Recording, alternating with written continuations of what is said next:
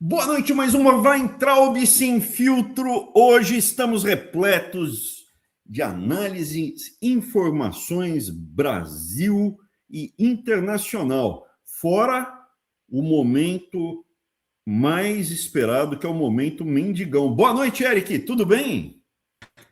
Boa noite, grande Abraham. Boa noite, faroleiros aí. Abraão, que capa é essa aqui, cara?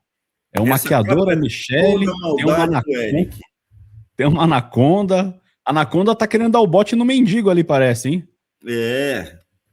Essa maldade aí saiu toda da cabecinha do Eric. Não teve um detalhe aí que da minha lavra, cara. Foi tudo obra do Van Gogh de Osasco, que é o Eric. Eric Ferreira Van Gogh. Boa, Abraão. Vamos lá, comece aí, hein, com as suas análises. É importante as pessoas entenderem. Nós iremos passar o momento. O momento homoerótico evangélico. Homoerótico evangélico família. Ô, O louco. Anaconda. Por que Anaconda? O apelido dele, do Augustinho, do maquiador Anaconda, porque parece que o instrumento, isso aí não sou eu, não tenho nada a ver com isso. Foi dito que ele tem uma anaconda, que ele não tem um pênis, que o negócio dele é gigantesco e que ele é bissexual, ativo e passivo, e já fez tudo, porque ele é família, é evangélico, tudo. Mas esse não é o principal. O principal o que é? Existe um atrito muito grande do que restou da base bolsonarista. E a cisão se tornou explicitada. De um lado ficaram os 3 filhos mais velhos, o Carluxo, o Rachadinha e o Bananex, e do outro lado ficaram os evangélicos. Quem tem apoio do movimento evangélico, de alguns grupos evangélicos, não de todos, mas de alguns grupos evangélicos, que há muito tempo apoiam o Bolsonaro e sonham em ter um candidato puro sangue, em ter líderes evangélicos com capacidade de chegar ao topo. O movimento evangélico político, não estou falando do religioso, proselitista, nada disso. Eu estou falando da organização de líderes religiosos para chegar a Brasília e atingir os seus objetivos, diretamente com a eleição deles como candidatos, indiretamente com a eleição de proxies, de subordinado deles como candidatos. Esse movimento evangélico há muito tempo busca um nome, e eles encontraram 3 nomes aí que encaixaram e conduziram debaixo do bolsonarismo. Um é a Michele, o outro é o Nicolas, e o terceiro é o Tarcísio. Por isso que havia a disputa, Silas batendo para viabilizar o Tarcísio a ser candidato com a Michele de vice. Enquanto o Nicolas fica de stand-by sendo preparado para chegar ao poder mais para frente.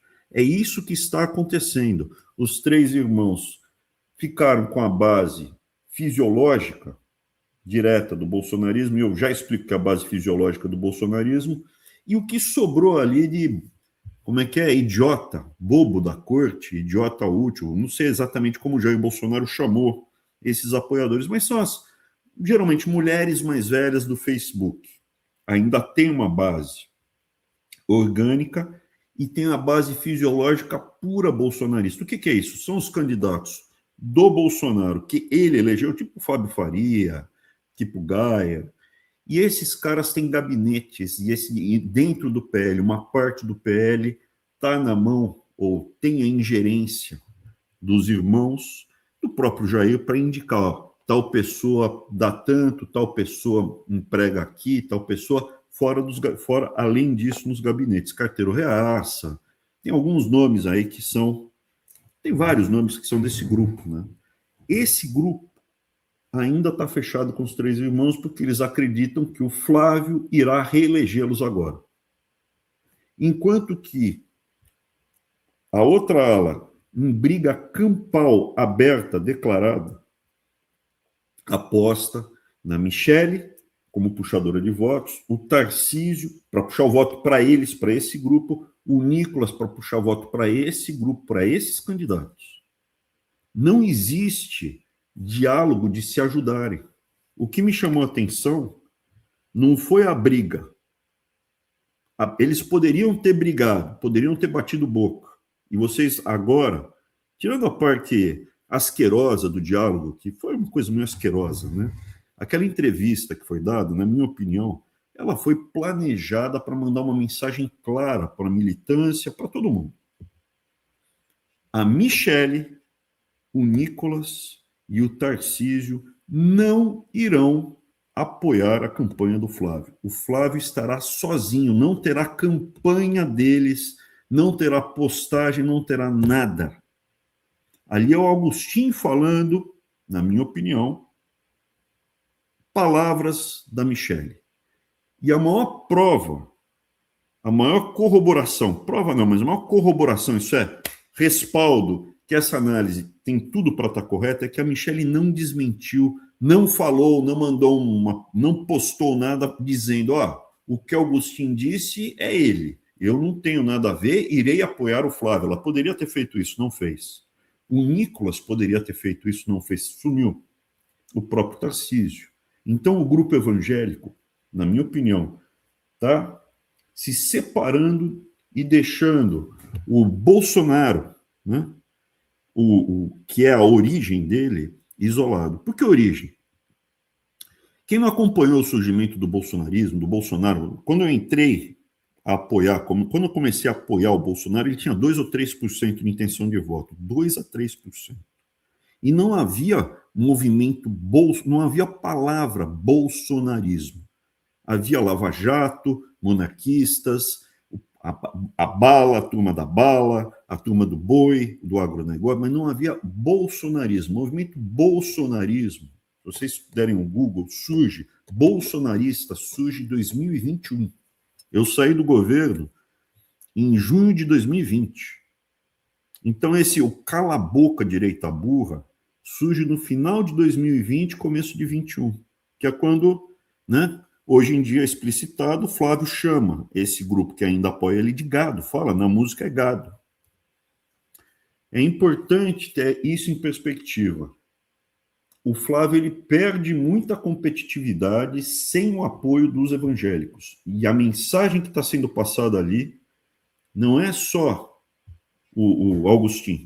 Ali, que a Michelle poderia falar, é o Agostinho falando, eu não tenho nada a ver com isso, poderia ter dito isso. Ficou quieto.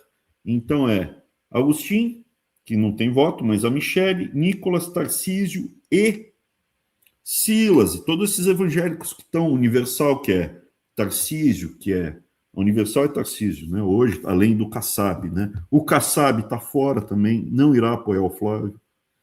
O Flávio está muito isolado, não tem grupos apoiando ele. Os únicos que sobraram são a base ainda orgânica, que é um grupo, sei lá, 10% da população, mais idoso, bem mais velho, que se informa no Facebook e WhatsApp. Basicamente é isso. E tem um segundo grupo, que são os puxadores de voto mais organizados, que são políticos profissionais, que estão alocados nos gabinetes, estão alocados nos gabinetes desses deputados que eles elegeram, que não são poucos, são muitos. Só que está vindo a eleição aí.